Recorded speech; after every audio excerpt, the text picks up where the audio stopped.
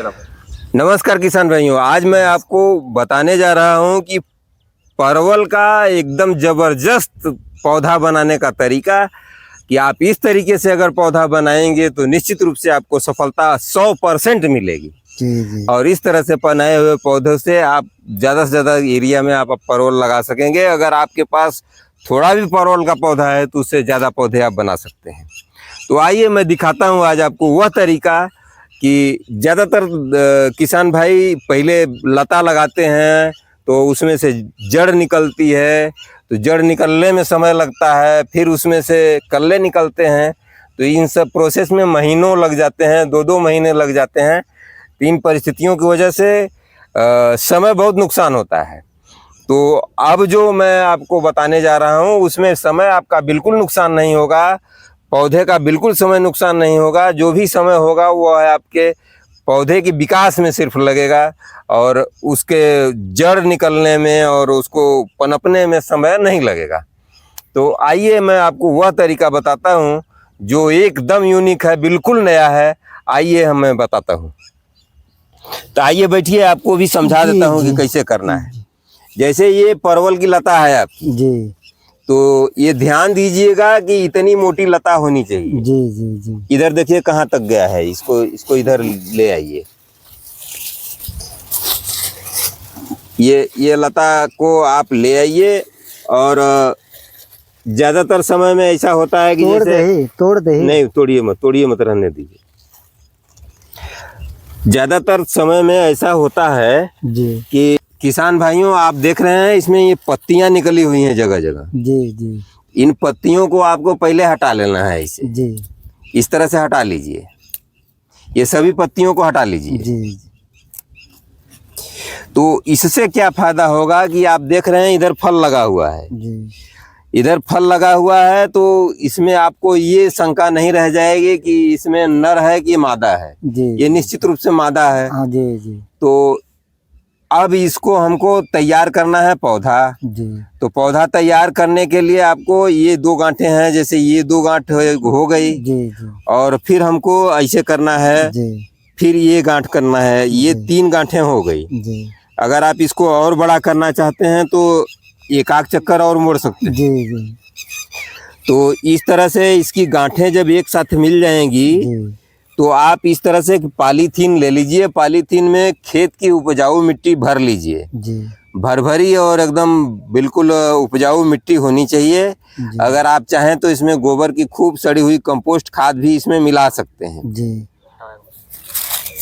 तो मिला करके और ये मिट्टी तैयार कर लेनी है। और उसके बाद ये जो 3 गांठें हैं, इन 3 गांठों पर आप जानते हैं एक एलोवेरा होता है, एलोवेरा जिसको हम घृत कुमारी भी कहते हैं। तो ये 3 गांठें हैं, तीनों एक जगह हैं। और इन तीनों गांठों को ऐसे करके इधर भी एक गांठ है, ये बाहर हो जाएगी, ये भी गांठ बाहर हो जाएगी।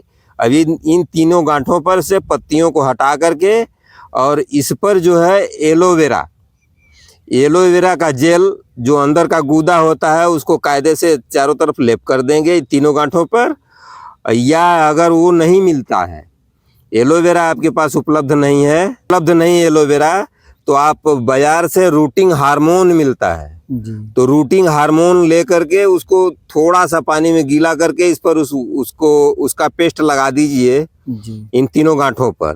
और लगाने के बाद अगर वो भी ना मिले आपको तो दालचीनी जो आपको मसाले में खाई जाती है, तो दालचीनी को आप ले लीजिए और उसका पाउडर बना लीजिए। और उस पाउडर को इस पर लगा करके थोड़ा सा पानी में गीला करके लगा दीजिए।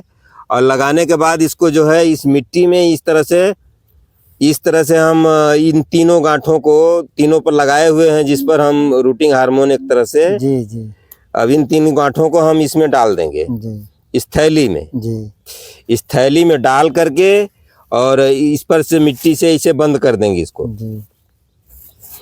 मिट्टी से इसे दबा देंगे, बंद कर देंगे। और ऊपर से हम किसी बांस या किसी तरह की लकड़ी को इस तरह से मोड़ करके और इसको इस तरह से क्लिप के रूप में इसे फंसा देंगे। इस तरह से फंसा देंगे, इधर भी जी जी दोनों तरफ से, जिससे ये किसी तरह से खींच करके बाहर ना निकल जाए। जी जी अब ये अंदर रहेगा तो आपकी इसमें जड़ें जो है फूट करके इस थैली में फैल जाएंगी। जी जी और एक बात का और ध्यान देना है आपको कि बारिश का सीजन है, जुलाई अगस्त का महीना चल रहा है, जुलाई का, जी तो जब पानी बरसेगा तो इस थैली में भर जाएगा। तो जी, ऐसी परिस्थिति में बगल से आप थोड़ा थोड़ा सूजा लेकर के चारों तरफ 4-5 छेद कर दीजिए, जी जी जिससे उसमें से पानी जो अधिक हो जाए वो निकल जाए जी और ये जड़ें आपकी उसमें कायदे से विकास कर सकें। तो जब ये पौधा आपका तैयार होगा, इसमें 3-3 जड़ें होंगी, तो इस पौधे को आप जब आप कहीं भी रोपित करेंगे तो वो बहुत ही शानदार पौधा तैयार होगा, जिसमें इधर से भी पौधा निकलेगा, इधर से भी पौधा निकलेगा, और जो कट्टा आप यहाँ से लगाएंगे यहाँ से भी आपकी शाखा निकलेगी, यहाँ से भी शाखा निकलेगी। जी जी जी तो इसको तब तक छोड़े रखना है जब तक हमारे परवल में फ्रूटिंग आ रही है, हम इसमें से फ्रूटिंग लेते रहेंगे। जी जी जब हमारी ये फ्रूटिंग खत्म हो जाएगी, जी जब हमारा ये फल खत्म हो जाएगा, हमको तोड़ाई मिलनी बंद हो जाएगी, तब हम इसकी कटिंग यहाँ से काट करके और हम इसको मुख्य खेत में सीधे रोपण कर देंगे। जी जी जब हम रोपण कर देंगे तो इसमें जो जड़ है वो जड़ विकसित हो चुकी है, अब हमारा पौधा सीधे चलना शुरू करेगा।